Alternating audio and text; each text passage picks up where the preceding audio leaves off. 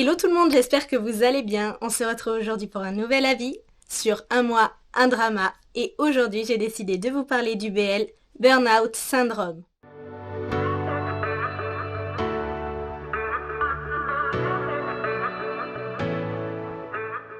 Alors pourquoi j'ai décidé de vous parler de celui-là? Simplement parce que j'ai mis un peu de temps avant de me lancer à le regarder et finalement c'est fait. Et je trouvais que ça pourrait être intéressant de vous en faire mon retour maintenant que je l'ai vu enfin avec 2 mois de retard puisqu'il s'est fini en janvier et que nous sommes au mois de mars. Mais c'est un sujet tellement intéressant que j'avais envie de vous en parler maintenant. Pour vous faire un rapide résumé, c'est l'histoire de Jira, un jeune artiste qui enchaîne les petits boulots et qui galère à joindre les deux bouts, qui d'une certaine manière est en plein burn-out et un soir va sortir dans un bar qui porte ce nom-là pour pouvoir souffler un peu de ses états d'âme et tout ce qui lui trotte dans l'esprit. De là, il va rencontrer Pim, un jeune garçon qui lui fait du charme, mais également Ko qui va devenir son patron et qu'il va engager pour se faire passer pour lui. Petit à petit, Jira va se retrouver au milieu de ces deux garçons qui vont petit à petit développer une obsession pour lui. Entre psychologie, manipulation et sentiments, quoi de tout ça finalement ressortira.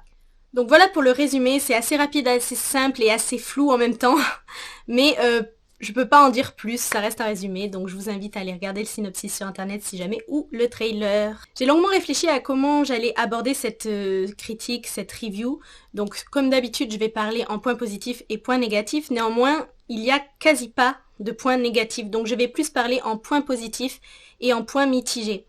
Que ce soit clair, Burnout Syndrome c'est pas mon style de série de base. Je reconnais, c'est pas du tout les séries que je regarde, c'est pas quelque chose qui m'attire et ça me plaît pas généralement. Pourtant, je l'ai regardé jusqu'au bout et quand j'arrive à être objective, je me rends compte que cette série, elle est très très bien traitée sur plein de points. Et là, pour cette critique, je me dois d'être objective. Il y a quasi pas de points négatifs pour le sujet qui est traité, que ce soit clair. Donc, je vais partir sur les points positifs et les points plus mitigés et qui posent un peu plus réflexion. Donc, let's go!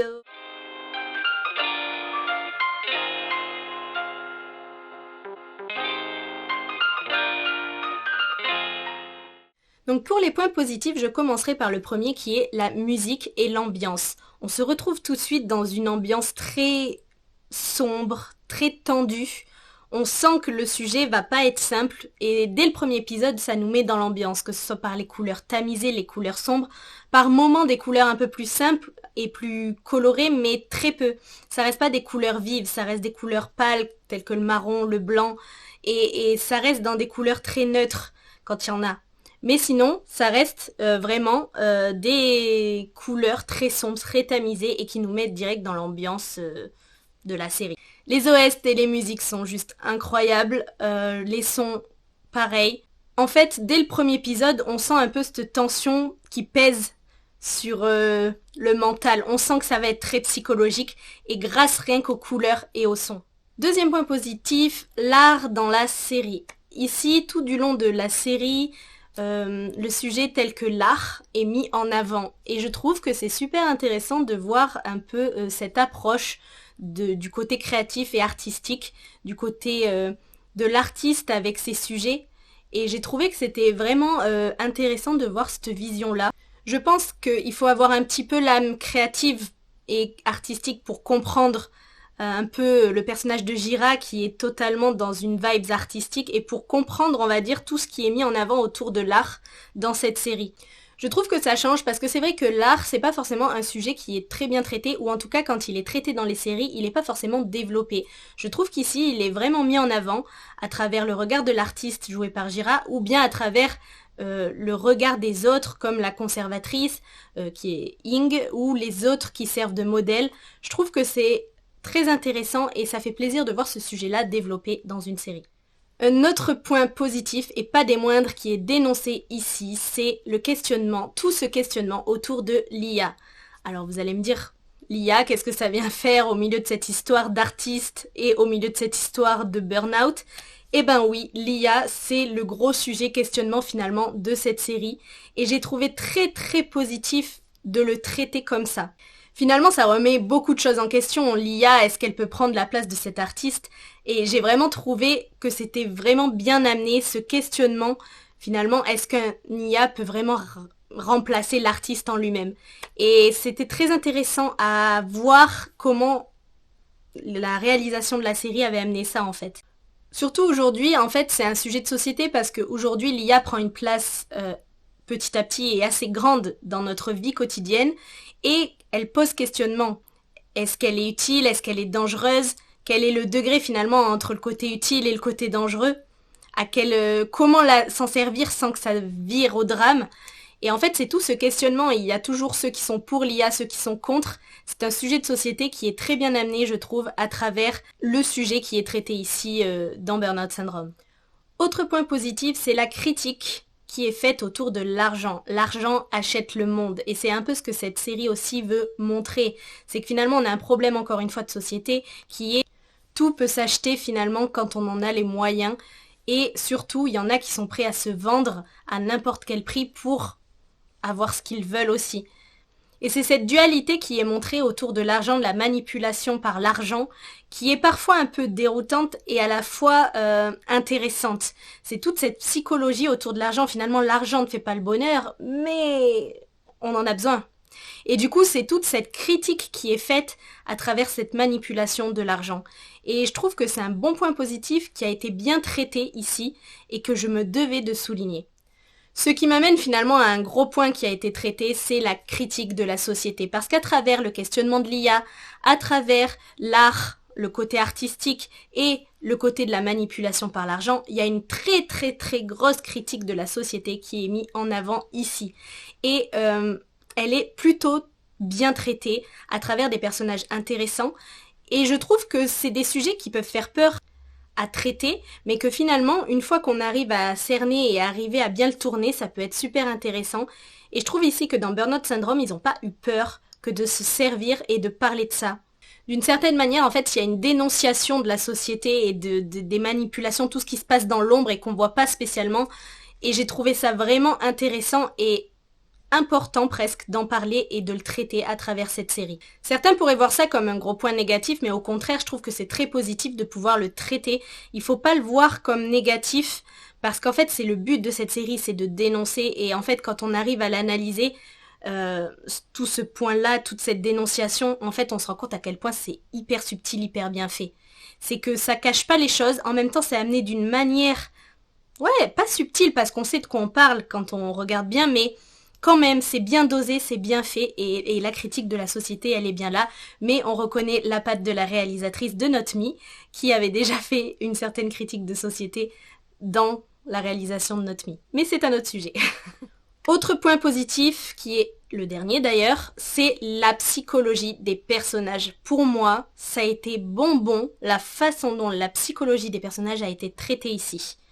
Finalement, ça va avec une certaine manière le côté critique de la société.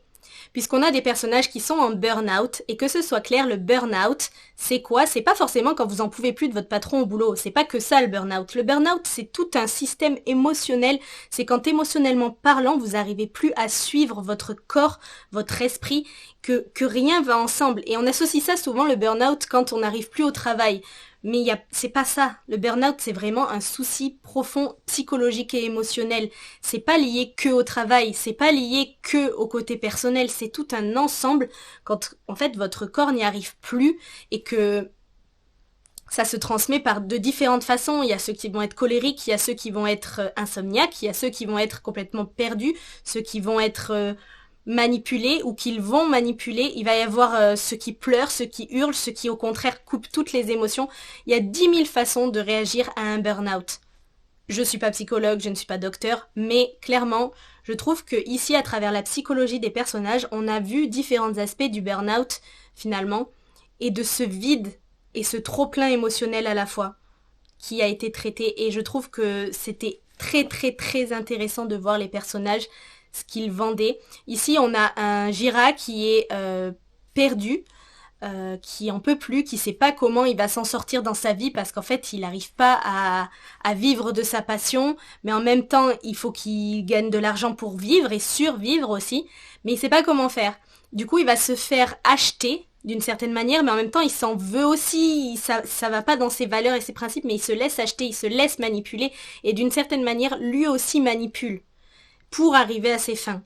Donc on a une psychologie à la fois de victime et de manipulé et il en a conscience. Ensuite, on a Mr. Ko, donc Ko qui lui assume totalement ce qu'il fait, c'est-à-dire de manipuler, acheter les gens, d'être condescendant, hautain. Il assume tous ses mauvais côtés, mais à côté de ça, il a une part de vulnérabilité interne qu'il cache à travers son côté très direct et très franc, parce que la preuve, il est insomniaque, il voue une dépendance à Jira, puisque sans lui, il n'arrive plus à rien. Il le voit un peu comme son médicament, et à la fois comme celui qu'il aime, et à la fois comme celui qui peut lui apporter. C'est une relation à la fois toxique, et c'est ce côté où tout se mélange dans sa tête, à Ko. Puis après, on a Pim qui, lui, c'est plus sentimentalement parlant, qu'il est bouleversé parce qu'il s'attache à quelqu'un qui ne pensait pas s'attacher. Il se fait manipuler lui aussi, finalement. Il se fait prendre pour un con dans tous les sens du terme, c'est-à-dire par Jira, d'une certaine manière, qui au début était sincère, mais qui après lui souffle le chaud, le froid. Puis il y a son amitié avec Ko, qui fait qu'il est à la fois dépendant, et il le dit lui-même, un syndrome un peu de Stockholm, ce truc de dire il est mauvais pour moi, mais en fait j'y retourne et j'y revais parce que c'est ce que je connais le mieux, et en fait il a un peu ce syndrome-là, et c'est que il sait qu'il va souffrir, mais il y retourne. Donc en fait le burn-out, il est traité vraiment différemment à travers cette psychologie des personnages qui est vraiment très très très très intéressante. Passons à présent aux points mitigés, que je ne dirais pas négatifs, parce que comme je l'ai dit, pour moi, il n'y a pas trop de points négatifs, c'est plus des points mitigés ou qui peuvent pousser à réflexion dans cette série.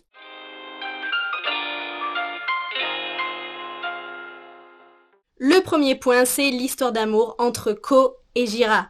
Alors vous allez me dire, ouais, mais oui, c'est toxique. Donc on est obligé de le dire, c'est toxique. Mais ça peut pas être totalement négatif, puisque c'est ce qui fait l'histoire. Donc je pourrais pas mettre ça dans quelque chose de négatif. C'est négatif dans l'ensemble, mais ici c'est le but, c'est ce qui est traité. Donc je peux pas dire que c'est négatif, c'est ce qui est traité, la relation toxique. Et ces deux-là ont une relation vraiment toxique, à la fois manipulateur et manipulé, les deux échangent les rôles, parce que certes, c'est peut-être Ko qui commence sa manipulation sur Jira par l'argent, c'est ce que je disais, mais finalement, Jira, après, il s'en sert de ça, et il sait où appuyer pour obtenir ce qu'il veut de Ko. Et d'ailleurs, on le voit bien que sur tout du long de la série, c'est lui, après, qui a le dessus sur Ko, parce que Ko, il devient clairement une lavette quand Jira n'est plus dans les parages. En tout cas, on comprend bien sur la fin. Il changera pas.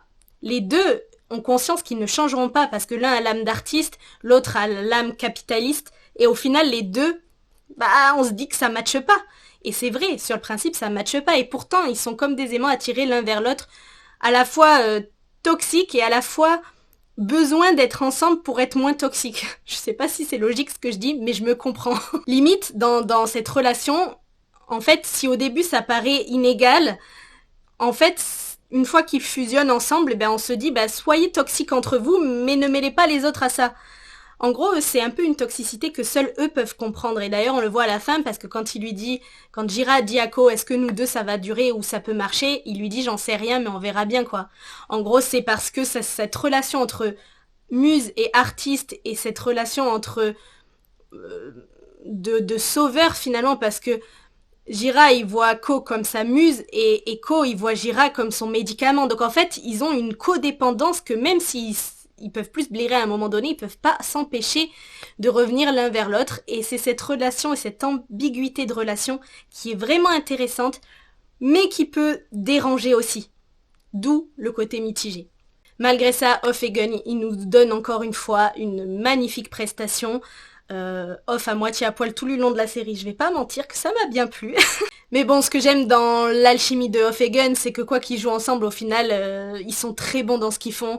Et je trouve que plus les séries sont psychologiques entre eux, plus ils sont bons. Il y a un acting de fou entre les deux, et que malgré tout, on peut pas nier. Autre point mitigé, je dirais Jira et Pim. Alors pour moi, je l'aurais presque mis dans des points négatifs, mais je vais rester mitigée. Je sais que beaucoup d'entre vous ont adoré voir Gunn et Dew ensemble. Vraiment une alchimie, etc., etc. Chose que pour ma part, j'ai pas spécialement ressenti. Attention, ne m'attrapez pas, mais voilà, moi je l'ai pas ressenti, mais après c'est très personnel. Peut-être parce que je suis un peu trop attachée au Off-Gunn, j'en sais rien. Mais je l'ai pas ressenti. Je trouve au contraire que dès le début, leur relation, elle est pas bonne à Jira et Pim. Mais je suis peut-être une des seules à le ressentir comme ça, donc je préfère le dire, mais après chacun le ressent comme il veut. Pour moi, Jira et Pim, leur relation, elle démarre. Pim, il dit clairement qu'au début, en gros, pas qu'il veut sauter Jira, mais il a l'attraction, etc., etc. Mais après, il en devient obsédé par lui parce qu'il le trouve intéressant. Plus il le voit, plus il le trouve intéressant, et c'est comme ça qu'il développe des sentiments. Mais sa première intention, elle n'était pas forcément bonne, hein.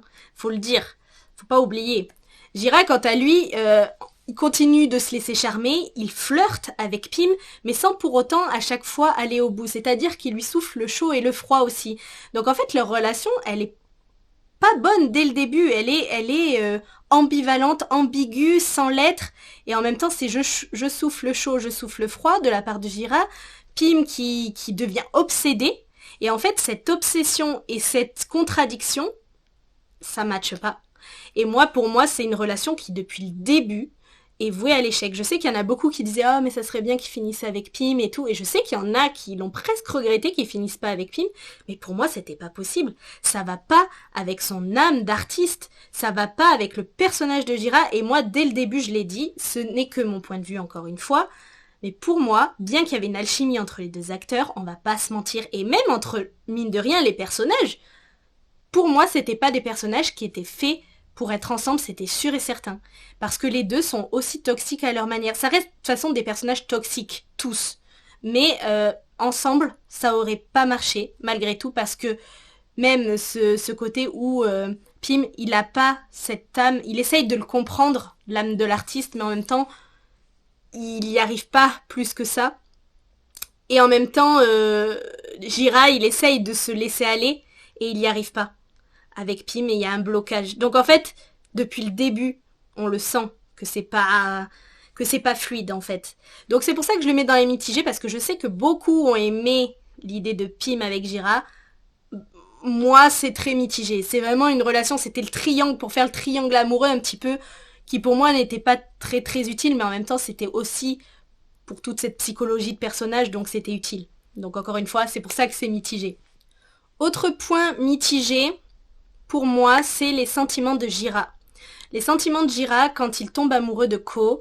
En fait, je trouve que on voit pas vraiment la bascule. Et du coup, en fait, tout du long de la série, et vous me direz si vous êtes d'accord avec moi, on ne sait pas vraiment si Jira, il est réellement amoureux de Ko ou si c'est l'artiste qui parle.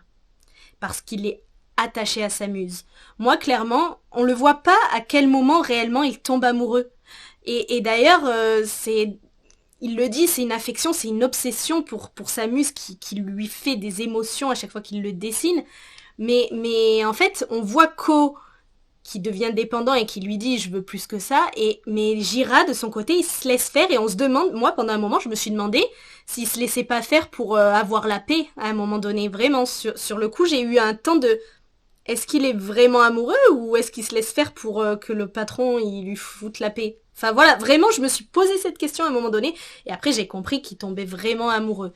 Mais encore une fois, je pense que Jira, il a sa dualité d'artiste et d'humain et parfois lui-même ne sait pas si c'est de l'amour ou si c'est de l'obsession. Et je pense, et ça se ressent, et je pense qu'au fond, on n'a pas vraiment 100% la réponse. Parce qu'il revient vers Ko, à la fin, et encore une fois, il lui dit, bah écoute, si tu veux ma toile, tu vas devoir la payer cher. Et puis voilà, et puis au final, ils se remènent, mais ils savent même pas où ça va les mener, les deux, ils savent même pas ce que ça veut dire, ils savent juste qu'ils peuvent pas rester loin l'un de l'autre parce qu'il y a cette attraction entre eux qui s'explique pas. Donc ouais, c'est vrai que les sentiments de Jira sont parfois un peu flous, et pas aussi directs que ceux de Ko, parce que Ko, il l'exprime ouvertement en mode de, moi je veux être avec toi, voilà, et alors que Jira, il va l'exprimer, mais son visage, il va montrer autre chose. Après, c'est de l'acting, et c'est justement cette psychologie de personnage, et que c'est là que je trouve que c'est intéressant, mais c'est frustrant. Voilà, c'est pour ça que c'est dans un point mitigé pour ma part.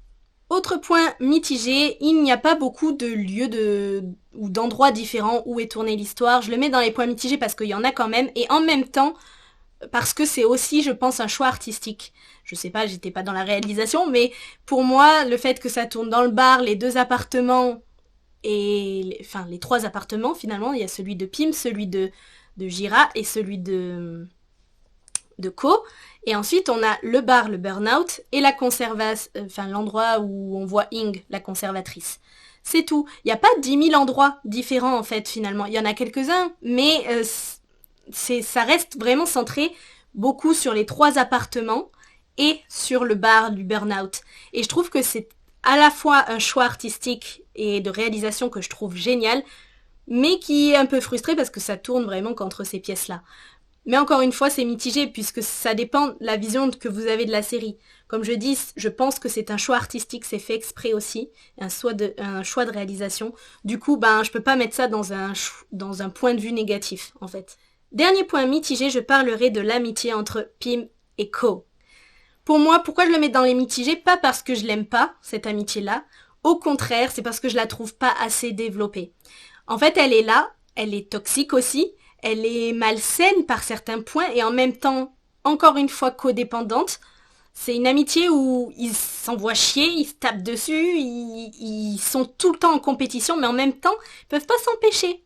Et en même temps, ils s'inquiètent l'un pour l'autre, et en même temps, ils s'adorent, et en même temps, mais c'est montré d'une manière malsaine. C'est une amitié malsaine finalement quand on y pense.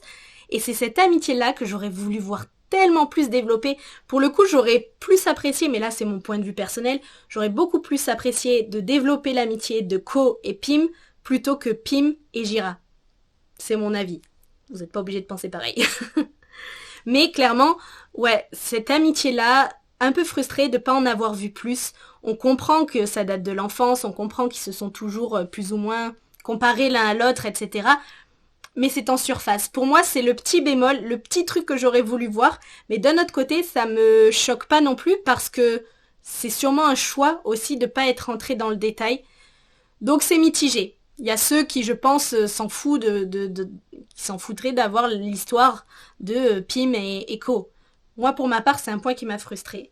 Donc voilà, un autre point mitigé. Donc voilà, j'ai terminé les points positifs et mitigés. Donc comme je vous ai dit, pour moi, il n'y a pas vraiment de gros points négatifs dans cette série. C'est plus des points qui laissent à réflexion. En fait, cette série laisse à réflexion en général. Ça te remet en question sur la société, sur des problèmes de société. Finalement, sur des questionnements de l'argent, de l'arrivée, de l'avancée de l'IA. Sur le côté finalement de l'humain, lui-même. Quelle place a l'humain dans tout ça, dans ces problèmes de société? Et bien entendu, les problèmes psychologiques liés au burn-out, que ce soit professionnellement parlant ou personnellement parlant. Le burn-out, c'est aussi psychologique qui est hyper bien amené dans cette série et qui en fait, là où la psychologie, elle est super bien amenée parce que vous avez un côté psychologique tout du long sur les sujets, sur les personnages, sur la façon dont ils agissent, sur leurs choix. En fait, c'est tout du long du questionnement et c'est tout du long de la psychologie en fait. Il n'y a pas une scène où il n'y a pas de la psychologie dedans et c'est ça que j'ai trouvé super intéressant. Certes, ça peut être vu de manière toxique et malsaine, ça l'est, clairement, mais ça amène une réflexion. Ça amène une réflexion à travers toute cette grosse critique de la société finalement. Donc en soi, c'est une série. Pour moi, c'est pas du tout le style de série que je regarde de base. Je l'ai regardé par curiosité et parce que j'en ai entendu des bons échos. Et parce que c'est Off Gun, et parce que c'est la même réalisatrice que Not Me, j'avoue. Mais c'est pas forcément le genre de série que j'aime de base. Tout ce côté trop psychologique, parfois, ça me pèse et c'est pas forcément le genre de sujet qui me met en joie.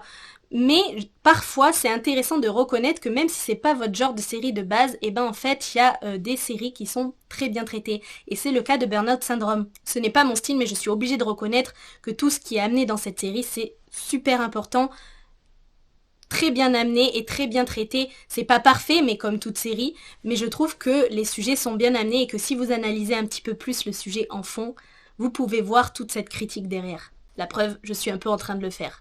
Ce n'est pas ma série de l'année, mais je reconnais sa qualité. Donc voilà, c'est tout pour moi. Je vous laisse ici pour ce mois-ci et on se retrouve le mois prochain pour un mois un drama. Je vous fais de gros bisous. Bye bye!